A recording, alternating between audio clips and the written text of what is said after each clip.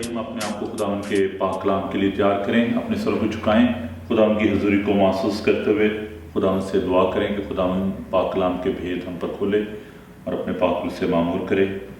آئیے ہم دعا مانگیں۔ قدوس مہربان زندہ پاک خدا، زمین و آسمان کے خالق و مالک، ہم تیرا شکر، تیری تعریف، تیری ہم تیری ستائش کرتے ہیں کیونکہ خدا تو ہم سے ہم کلام ہوتا ہے۔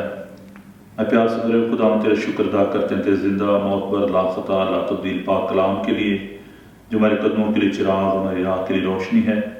خدا جب ہم تیرے کلام پر غور کرتے ہیں تو پھر خدا ہم دعا کرتے ہیں تو اپنے لوگوں کو بڑی برکت دینا، اور کلام کا یہ بیج جب بویا جائے تو بہت سا پھل لائے۔ پھر خدا اپنے لوگوں کو بڑی برکت دے، یسوع کے بابرکت نام میں آمین۔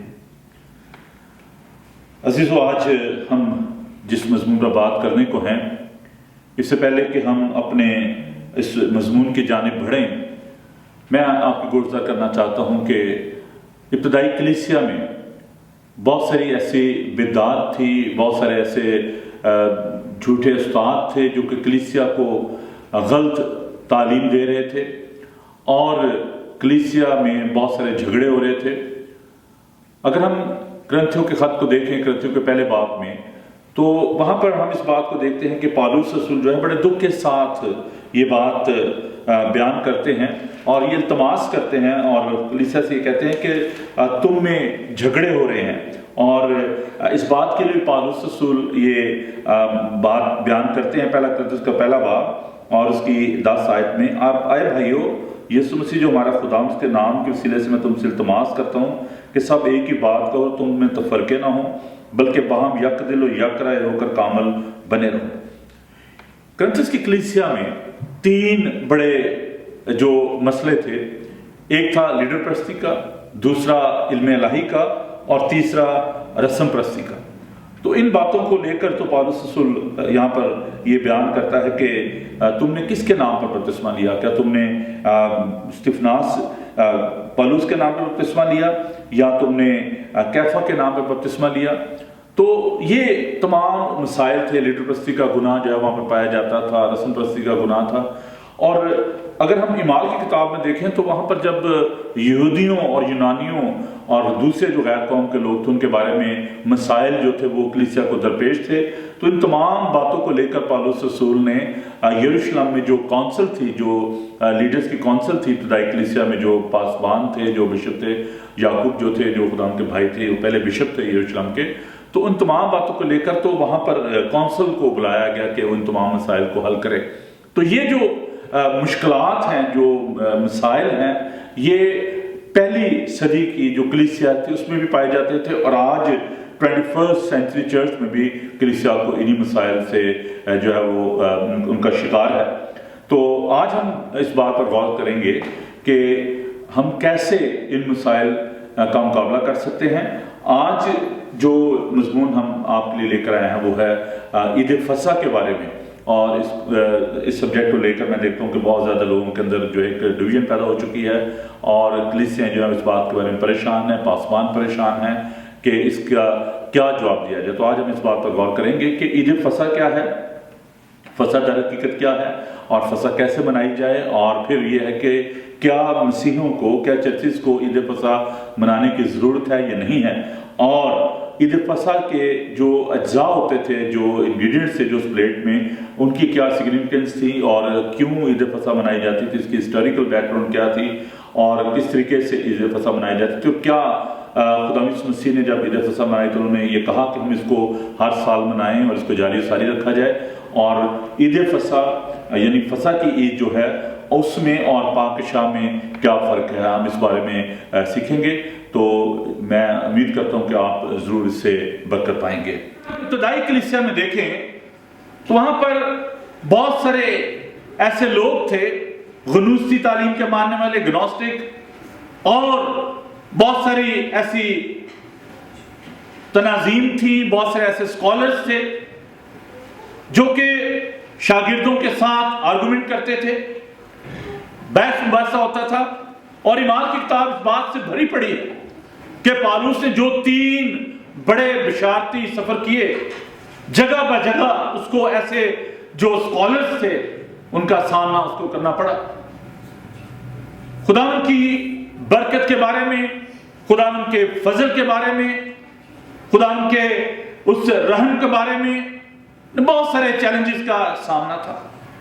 اور ابتدائی کلیسیا میں یہ ایک بہت بڑا مسئلہ تھا کہ جو لوگ یہودیت سے مسیحیت میں آ رہے تھے وہ یہ سوچتے تھے کہ وہ بہت اعلیٰ درجہ کے لوگ ہیں، اور وہ جو غیر اقوام سے آ رہے تھے ان کو وہ قبول نہیں کرتے تھے۔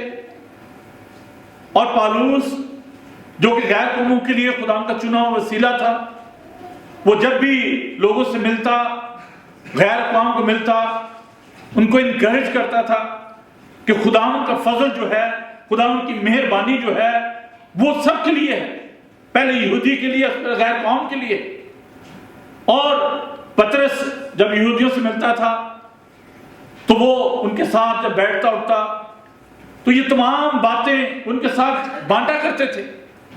اور جب یہ مسائل بہت زیادہ بڑھ گئے تو پھر یروشلم کی کونسل میں یہ مسئلہ پیش کیا گیا کہ کیا یہودی طریقت کو، اس تمام طریقہ کو، اس تمام میتھڈ کو اپنایا جائے، ان کا ختنہ کیا جائے اور وہ تمام جو رسومات ہیں ان کو وہ ادا کریں، تب وہ مسیحیت میں شامل ہو سکتے ہیں، یا وہ جو کہ آلریڈی کرسچن ہیں should they carry on all these rituals؟ کیا وہ تمام جو روایات ہیں، وہ تمام جو باتیں ہیں جو پرانے عہد نامہ کی ہیں، شریعت کی ہیں، ان کو وہ لے کر چلیں تبھی وہ مسیحی بن سکتے ہیں؟ اور خدا کا شکر ہے کہ جب اعمال کی کتاب میں اس بات کو دیکھتے ہیں کہ جب اس کونسل میں تمام جو کلیسیائی بزرگ تھے وہ بیٹھے اور انہوں نے خدا کے پاک روح کی رہنمائی میں اس بات پر اتفاق رائے کیا کہ پالوس جو ہے وہ درست کہہ رہا ہے کہ خداوند کا فضل جو ہے وہ سب کے لیے ہے، not only for one nation, not only for one tribe, not only for one person, but the grace of God is for everyone۔ اور خداوند کا شکر ادا کرتے ہیں کہ کلیسیا نے اس بات کو قبول کیا۔ لیکن اس وقت بھی بہت سارے ایسے لوگ تھے جو کہ اپنے علم پر فخر کرتے تھے اور وہ کہتے کہ جی ہم زیادہ اس بات کو بہتر سمجھتے ہیں اور ہمیں غیر قوموں کو قبول نہیں کرنا اگر وہ یہودی طریقہ کو نہیں اپناتے۔ اس دور میں بھی ہمیں ان تمام مشکلات کا سامنا ہے۔ بہت ساری ایسی آرگنائزیشنز ہیں، بہت سارے ایسے ڈینومینیشنز ہیں جو کہ خداوند کی الوہیت کو نہیں مانتے، جو کہ تمام روایات کو قائم رکھنا چاہتے ہیں، اور وہ کہتے ہیں کہ جب تک آپ ان کو قائم نہیں رکھیں گے آپ خداوند میں قائم نہیں رہ سکتے۔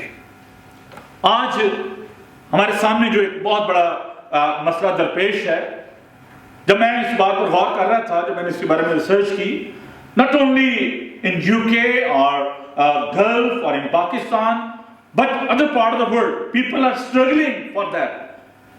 They fail to understand the true meaning of this subject۔ لوگوں کے لیے اس بات کو سمجھنا خاصا مشکل۔ میں کسی کو بلیم نہیں کرتا، کیونکہ اب مجھے جو 25 سال سے زیادہ عرصہ ہو گیا ہے خدا کی خدمت کرتے ہوئے، میں آج بھی خدا کے پاک کلام کو میں سمجھتا ہوں کہ I'm just a student۔ And what about the common Christians؟ ان کے لیے کتنا مشکل ہے ان باتوں کو سمجھنا۔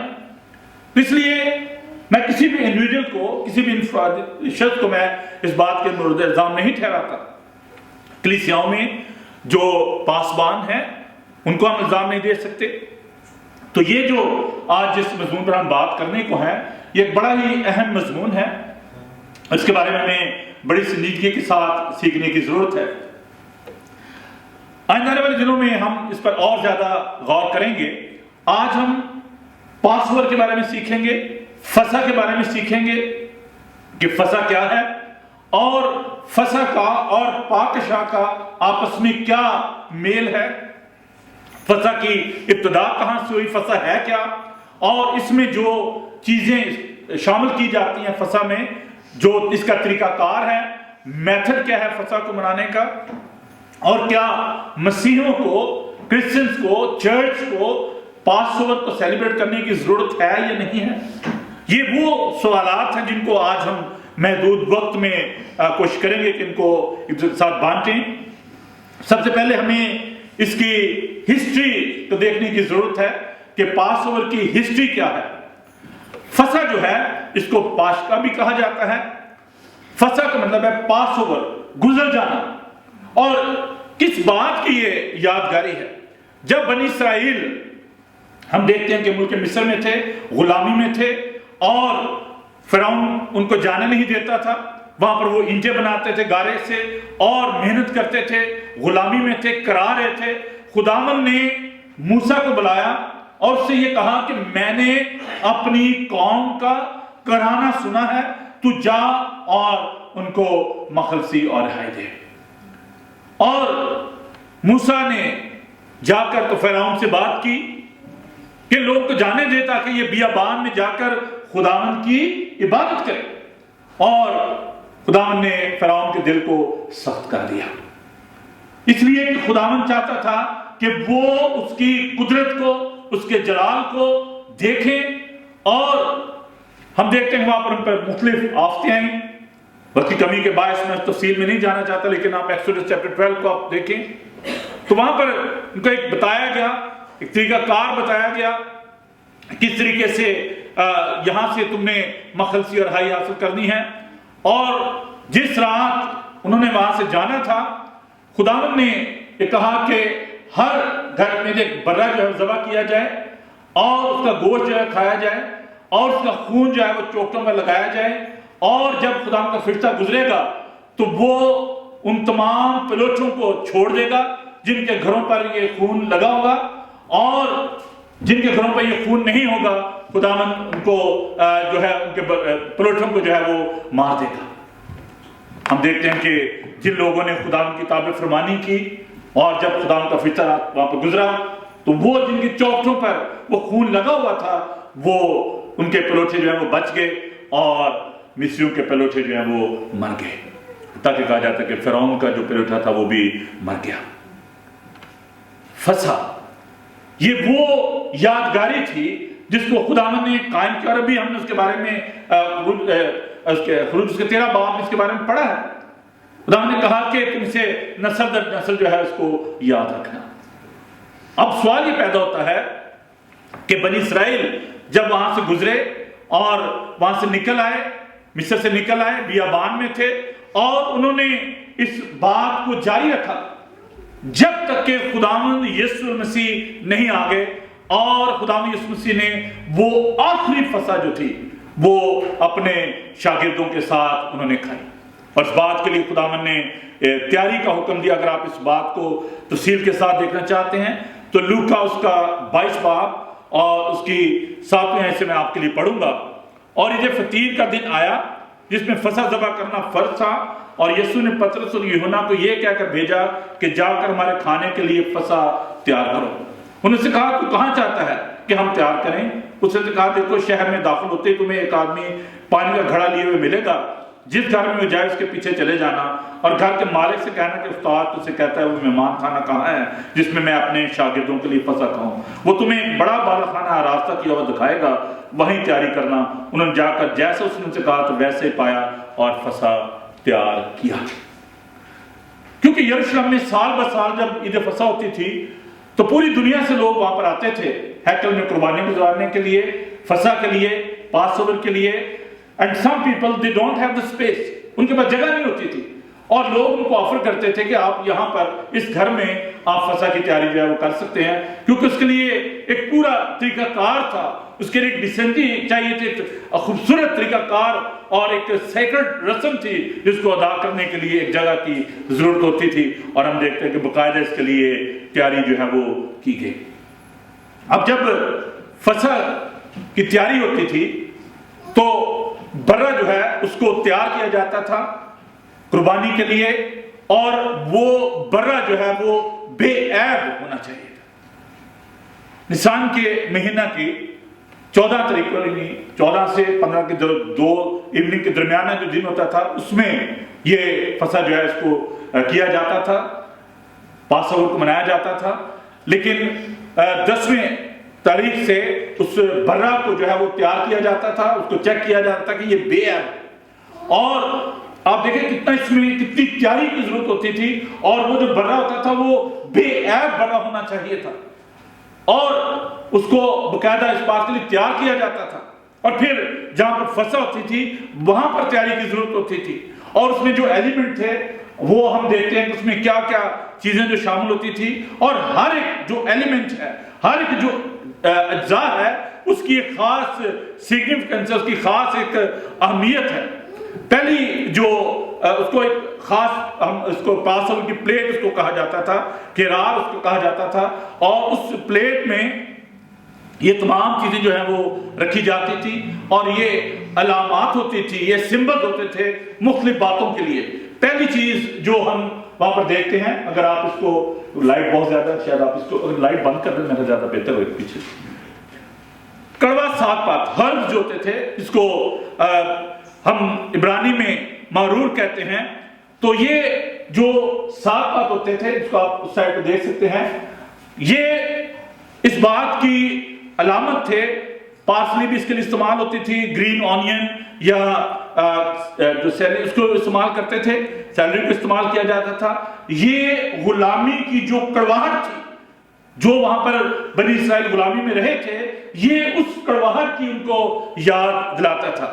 اور دوسری چیز جو ہوتی تھی وہ میں سمجھتا ہوں کہ یہ بڑی ہی اہم بات ہے کہ میں نے جیسے کہ بتایا کہ وہاں پر جب وہ غلامی میں تھے تو ان سے محنت کروائی جاتی تھی، اور ان سے اینٹیں بنوائی جاتی تھی، اور گارے سے وہ اینٹیں بناتے تھے، تو ایک سویٹ براؤن مکسچر جو ہوتا تھا اس کو تیار کیا جاتا تھا، اور یہ چوپ کیے جاتے تھے نٹس، اور اس کے ساتھ ہی جو سیب ہے اس کی جو اس سے اس کو تیار کیا جاتا تھا، اور اس میں سینمن اور سویٹ ریڈ آنین جو ہے وہ استعمال کی جاتی تھی۔ اب ذرا غور کریں کہ ان چیزوں کے لیے کتنی تیاری کی ضرورت ہوگی، اور یہ چیزیں جو ہیں وہ وہاں پر ہم اس میں دیکھتے ہیں۔ تیسری جو چیز تھی وہ نمکین پانی ہوتا تھا، اور ایک اور ویجیبل جو ہوتی تھی کارپس اس کو کہا جاتا تھا، وہ ہر جو ہے وہ وہاں پر ہوتے تھے۔ اس کے ساتھ ہی یہ اس بات کی علامت تھی کہ جب وہ کراتے تھے، جب روتے تھے، تو یہ اس بات کی ان کی آنسوں کی جو ہے وہ نشاندہی کرتا ہے، یہ اس کا ایک سمبل ہے۔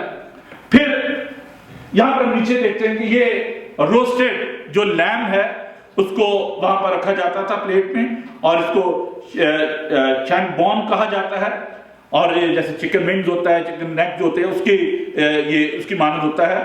اور پھر بے خمیری روٹی قدش اس کو کہا جاتا ہے، اور یہ وہاں پر ہوتا تھا روٹی جو کہ وہاں پر آپ دیکھ سکتے ہیں۔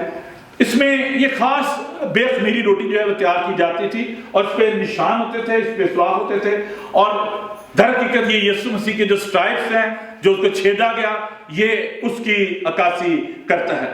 پھر ایک اور چیز جو ہم وہاں پر دیکھتے ہیں، روسٹڈ جو ایگ ہوتا تھا، اس کو ہارڈ ایگ جو ہوتا تھا روسٹڈ، اس کو رکھا جاتا تھا، اور یہ ہیکل کی جو تباہی ہوئی، جو ہیکل برباد کی گئی، آپ کو پتا ہے کہ 70 عیسوی میں جو ہیکل جو ہے اس کو جو ہے برباد کیا گیا، اس کو جلا دیا گیا، خدا نے اس کے بارے میں پہلے سے پیشگوئی کر دی تھی، لیکن اس سے پہلے یہ تمام جو چیزیں ہیں یہ اس بات کی علامت ہیں کہ یہ لوگوں کا ماتم اور جو رونا کرانا ہے یہ اس کو ظاہر کرتا ہے۔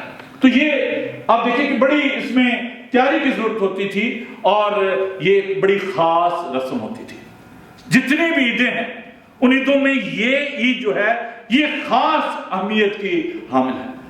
جب ہم بائبل کو اس کو پڑھ رہے تھے تو ہم نے دیکھا کہ خدا نے اپنے شاگردوں کو کہا کہ تم جا کر فصح کی تیاری کرو، تو انہوں نے کتنی اس بات کے لیے تیاری کی ہوگی، because this one plate is for one person, اور وہاں پر خدا کے جو شاگرد تھے وہ بیٹھے ہوئے تھے، تو سب کے لیے یہ جو پلیٹس ہیں یہ تیار کی گئی۔ اور اس کے بعد جو اس کا ایک طریقہ کار تھا وہ کیا تھا، کس طریقے سے وہ اس کو سیلیبریٹ کرتے تھے۔ اس کے لیے پہلی بات ہے کہ ان کو روحانی طور پر، جسمانی طور پر اس بات کے لیے تیار ہونے کی ضرورت ہوتی تھی۔ جب بنی اسرائیل مصر میں تھے تو ان کو خدا نے کہا کہ جلدی جلدی سے تم اس کو کھانا، کیونکہ ان کے پاس وقت نہیں تھا، اور خدا نے کہا کہ تم جلدی سے یہ فصح کھانا، اور اس میں کچھ بھی بچا نہیں رہنا چاہیے، اور اگر کسی کے پاس نہیں ہے تو دوسروں کے ساتھ شامل ہو اور جلدی سے وہاں کھا کر تم اس سے وہاں سے نکلنا۔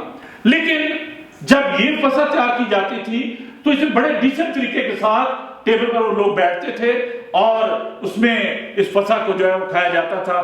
لیکن اس کے ساتھ ساتھ ہم اس بات کو بھی دیکھتے ہیں کہ وہاں پر 4 جو پیالے تھے 4 کپس جو ہے ان کو ڈرنک کیا جاتا تھا. اور پہلا جو کپ ہے وہ کس بات کی عکاسی کرتا ہے؟ اس سے پہلے کہ وہ فسح کھاتے تو پہلا کپ جو لیا جاتا تھا which was signifying the sanctification, تقدیسیت پاکیزگی کی علامت ہوتا تھا کہ I will bring you, میں تمہیں لے کر آؤں گا. پہلا پیالہ جو لیا جاتا تھا اور خداوند نے پیالہ لیا اور برکت دی. تو یہ 4 پیالے جو ہیں وہاں پر جو پیے جاتے تھے. دوسرا پیالہ جو ہوتا تھا وہ ایک پلیج تھا کہ میں تمہیں مخلصی اور رہائی دوں گا. اور پھر اس کے بعد ہم دیکھتے ہیں کہ تیسرا جو کپ ہے it's a cup of redemption, نجات کا یہ کپ ہے. اور there is a promise in that I will redeem you, میں تمہیں مخلصی اور رہائی دوں گا, میں تمہارا مخلصی دینے والا ہوں. اور پھر ہم دیکھتے ہیں کہ اس دوران جو ہے وہ گیت گائے, زبور جو ہے وہ گائے جاتے تھے, اور زبور 113 اور 114 جو ہے وہ اس دوران جو ہے وہ گایا جاتا تھا, خداوند کی حمد و ثنا کی جاتی تھی. اور پھر جو چوتھا کپ ہوتا تھا کپ آف پریز, خداوند کی تعریف اور ستائش کا کپ. اور اس کے ساتھ ہی پھر زبور جو ہے وہ 115 118 جو ہے وہ گایا جاتا تھا اور خداوند کی تعریف کی جاتی ہے. ہیلل جو اس کو کہا جاتا ہے, ہیلیلویا جس کا جو روٹ ہے اس کی ہیلل, تو خداوند کی تعریف اور ستائش جو ہے وہ کی جاتی تھی. یہ تمام تمید ماننے کا مقصد جو ہے وہ یہ ہے کہ آپ اس کی سگنیفیکنس کو, آپ اس کی اہمیت کو آپ سمجھیں کہ how important and sensitive this Passover was. یہ کوئی عام بات نہیں تھی اور اس کے لیے بڑی تیاری کی ضرورت ہوتی تھی. خداوند نے ایک طریقہ کار جو ہے وہ وضع کیا تھا. لیکن اگر آج کچھ لوگ جو کہ اس فسح کو مناتے ہیں اور کہتے ہیں جی کوئی ان چیزوں کی ضرورت نہیں ہے اور اس طریقے سے ہمیں سیلیبریٹ کرنے کی ضرورت نہیں ہے, آپ صرف جو خداوند کے جو 7 صلیبی کلمات ہیں ان کو دہرائیں اور دعا کریں اور جی بس یہ ہم Passover celebrate. It's not a Passover, it's a half truth, and half truth is always very dangerous. یا تو اس کو مکمل طور پر جیسے شریعت میں لکھا ہے, جیسے خدا نے کہا تھا کہ تم اس طریقے سے میری عیدوں کو منانا, یا آپ اس طریقے سے منائیں. اور ابھی آپ یہ بھی دیکھیں کہ اس کے لیے ضروری تھا قربانی جو ہے وہ ہیکل میں ظاہر برے کی ضرورت تھی. اور ابھی جو لوگ اس بات کو سیلیبریٹ کرتے ہیں there is no lamb, کوئی برا نہیں ہے. خداوند جو ہے اس نے یہ آخری فسح, ابھی خداوند کے پاک کلام میں سے میں آپ کے لیے دوبارہ اس کو پڑھنا چاہوں گا, میرے ساتھ رہیے اور خداوند کے پاک کلام کو سنیے تاکہ ہم آگے بڑھ سکیں. خداوند کا پاک کلام سنیے, مقدس لوکا کا انجیلی بیان اس کا 22واں, بیٹی نے انگلش میں بڑی خوبصورتی سے ساتھ پڑھا ہے, لیکن میں چاہوں گا کہ میں اردو میں ذرا دوبارہ اس کو آپ کے لیے پڑھ دوں. مقدس لوکا کا انجیلی بیان اس کا 22واں, اس کی 14 آیت میں پڑھوں گا. جب وقت ہو گیا تو کھانا کھانے بیٹھا اور رسول اس کے ساتھ بیٹھے. اس نے کہا مجھے بڑی آرزو تھی کہ دکھ سہنے سے پہلے یہ فسح تمہارے ساتھ کھاؤں, کیونکہ میں تم سے کہتا ہوں کہ اسے کبھی نہ کھاؤں گا جب تک وہ خدا کی بادشاہی میں پورا نہ ہو. اسے کبھی نہ کھاؤں گا جب تک خدا کی بادشاہی میں پورا نہ ہو. پھر اس نے پیالہ لے کر شکر کیا اور کہا کہ اس کو لے کر آپس میں بانٹ لو, کیونکہ میں تم سے کہتا ہوں کہ انگور کا شیرہ آپ سے کبھی نہ پیوں گا جب تک خدا کی بادشاہی نہ آ لے. پھر اس نے روٹی لی اور شکر کر کے توڑی اور یہ کہہ کر ان کو دی کہ یہ میرا بدن ہے جو تمہارے واسطے دیا جاتا ہے, میری یادگاری کے لیے یہی کیا کرو. اس کو آپ انڈر لائن کریں اپنی بائبل میں, میری یادگاری کے لیے یہی کیا کرو. اسی طرح کھانے کے بعد پیالہ یہ کہہ کر دیا کہ یہ پیالہ میرے اس خون میں نیا عہد ہے. اس کو بھی انڈر لائن کریں, نیا عہد ہے جو تمہارے واسطے بہایا جاتا ہے. خداوند نے یہ نہیں کہا کہ تم میری یادگاری میں پاس اوور کیا کرو, یہ خداوند کے کلام کی بات ہے. خداوند نے کہا کہ میں اسے پھر کبھی نہ کروں جب تک خداوند کی بادشاہی میں پھر دوبارہ نہ لوں. اس کے بارے میں ہم خداوند کے پاک کلام کو دیکھتے ہیں. مکاشفہ اس کا 19 باب اور اس کی 9 آیت کو دیکھیں گے. ریویلیشن چیپٹر 19 ورس 9. اور اس نے مجھ سے کہا لکھ, مبارک ہے وہ جو برا کی شادی کی ضیافت میں بلائے گئے. پھر سے مجھ سے کہا یہ خدا کی سچی بات ہے. تو ایک ضیافت ہے, کلیسیا موجود ہے اور آسمان پر ہم دیکھتے ہیں کہ ضیافت ہو رہی ہے. تو خدا نے کہا کہ اس وقت تک نہیں پیوں گا جب تک میں خدا کی بادشاہی میں پھر نہ آؤں. خداوند نے کس یادگاری کو قائم کیا؟ ریمیمبرنس, ان مائی ریمیمبرنس, میری یادگاری میں یہ کیا کرو. پاکشاہ کہ تم میری یادگاری میں یہ کیا کرو. خداوند نے بڑی صفائی کے ساتھ اس بات کو بیان کیا. خداوند کے پاک کلام کو دیکھیں, مقدس متی کا انجیلی بیان اس کا 26 باب اور اس کی 29 آیت کو ہم دیکھیں گے. مقدس متی کا انجیلی بیان اس کا 26 باب اور اس کی 29 آیت کو خداوند کے پاک کلام میں سے ہم سنیں گے. میں تم سے کہتا ہوں کہ انگور کا یہ شیرہ پھر کبھی نہ پیوں گا اس دن تک کہ تمہارے ساتھ اپنے باپ کی بادشاہی میں نیا نہ پیوں. There will be a time when he will celebrate with the people of God. غلامی سے آزادی نہیں. There will be a celebration for the redemption of the people of God into the new Jerusalem. جب ہم وہاں پہ نئے یروشلم میں ہوں گے, خداوند کے ساتھ ہم سیلیبریٹ کریں گے. It wasn't celebration. جب خداوند کو وہاں سے نکالا تو وہ سیلیبریشن نہیں تھی. That was a commemoration. وہ ایک ایسی بات تھی کہ خداوند نے ان کو کہا کہ تمہیں یہ بات یاد رہے کہ تم غلامی میں تھے. عزیزو, دو باتیں انتہائی ضروری ہیں اس حوالے سے. پہلی بات, there is no salvation in that because that was a kind of remembrance. نجات جو ہے وہ یسوع کے خون میں ہے, not in these rituals. نجات بپتسمے میں نہیں ہے. It's an outward expression of your inward faith. Passover is also, when you are celebrating the Passover, that is the outward expression of your inward faith. جو لوگ یہ سمجھتے ہیں کہ وہ ان تمام رسومات کو ادا کر کے they are trying to prove that they are very obedient, they are trying to prove that they are performing in the presence of God, وہ اپنی پرفارمنس پر زیادہ بھروسہ کر رہے ہیں. وہ خداوند کو قائل کرنے کی کوشش کرتے ہیں کہ ہم تیری عیدوں کو منا رہے ہیں, we are very good, ہم تیرے سبت کو منا رہے ہیں, we are absolutely right. نہیں. دو لوگ ہیکل میں دعا کر رہے تھے. ایک نے کہا کہ خداوند دیکھ, میں اپنی پوری ادائیگی بھی دیتا ہوں, میں ہفتے میں 2 بار روزہ بھی رکھتا ہوں, اور میں تو بہت ہی اچھا انسان ہوں. اور دوسرا جو تھا اس نے خداوند کے حضور انکساری کے ساتھ اس نے کہا کہ میں اس لائق نہیں کہ میں تیری آنکھیں بھی اٹھا کے دیکھ سکوں. God is looking our humbleness, love, محبت خداوند کے حضور زیادہ ضروری ہے. اگر کچھ لوگ جو ان تمام عیدوں کو منا کر, ان تمام رسومات کو ادا کر وہ یہ سوچ رہے ہیں کہ they are super human being, they are perfect Christians, they are trying to degrade other Christians, it's very very dangerous. دوسروں کے لیے ٹھوکر کا باعث بننا. خداوند کے پاک کلام کو میرے ساتھ دیکھیں.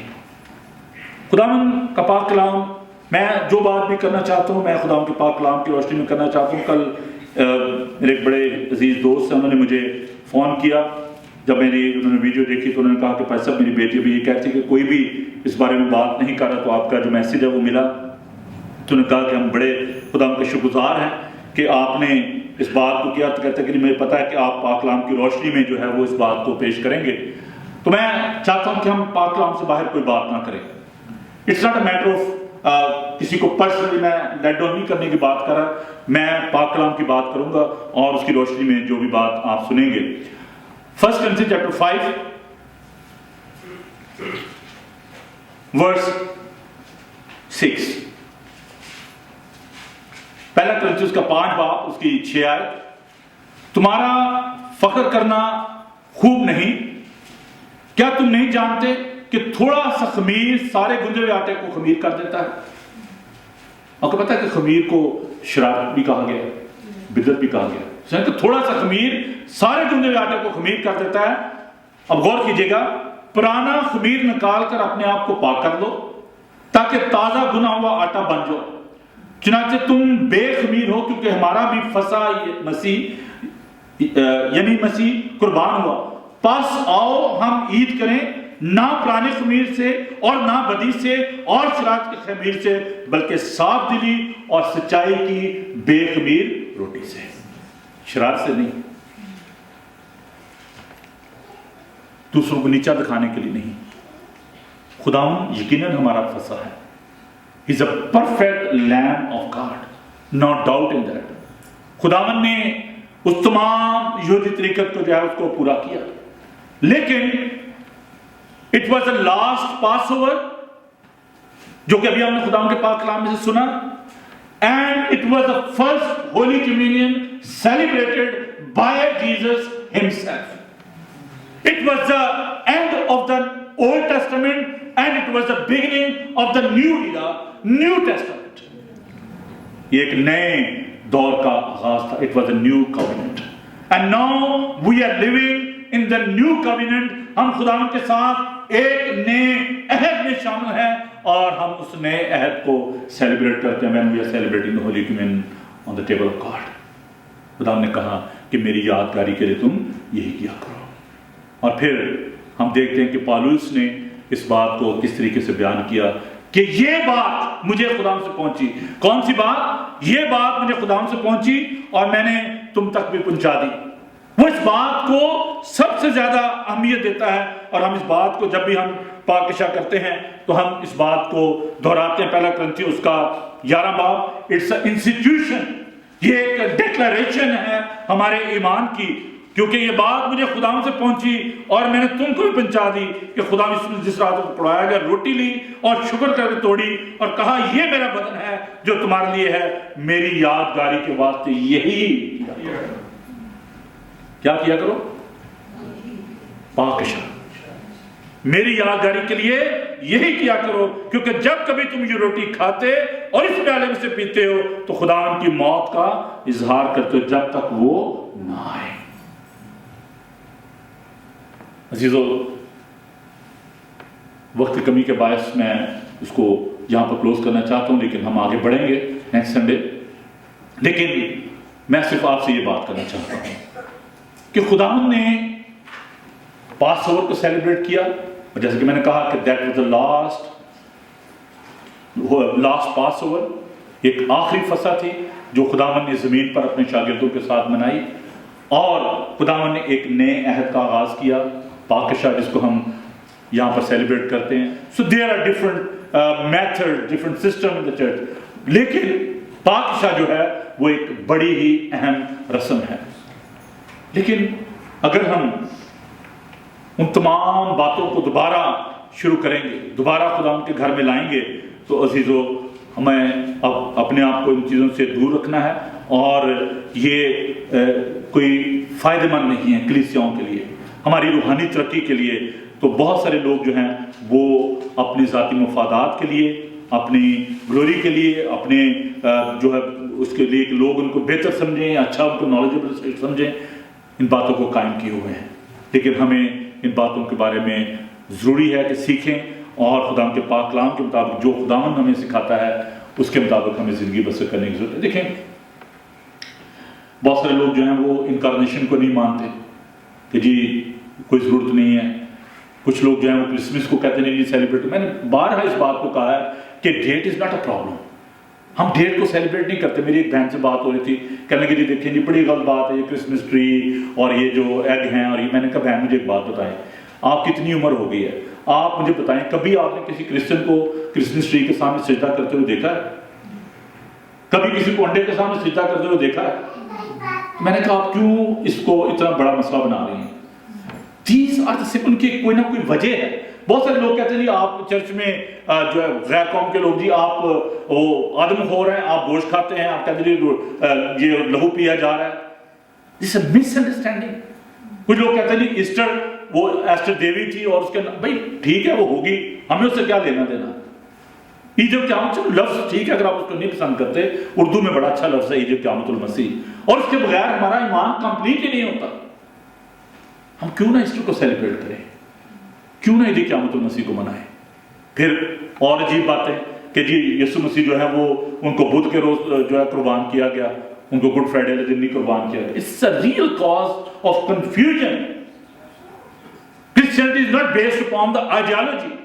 Christianity is based upon the truth. خدا مسیح نے کہا کہ راہ اور حق اور زندگی میں ہوں, سچائی کو جانو تو سچائی تمہیں آزاد کرے گی.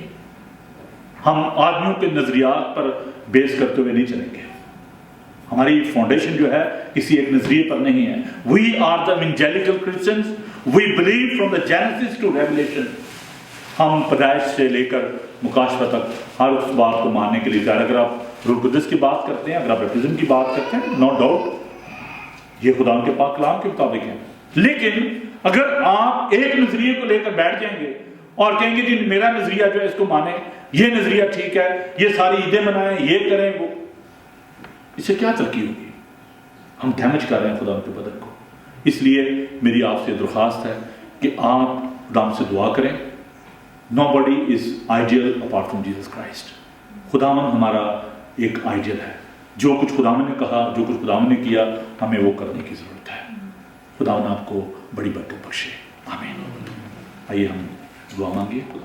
ہم خداوند سے دعا کریں ان تمام ایسے استادوں کے لیے جن کے آنکھوں کو شیطان نے بند کیا ہوا ہے, جن کے ذہن کو شیطان نے جکڑا ہوا ہے, جن کے کانوں کو شیطان نے بند کیا ہوا ہے, جو کہ کلیسیاؤں کو برباد کرنا چاہتے ہیں.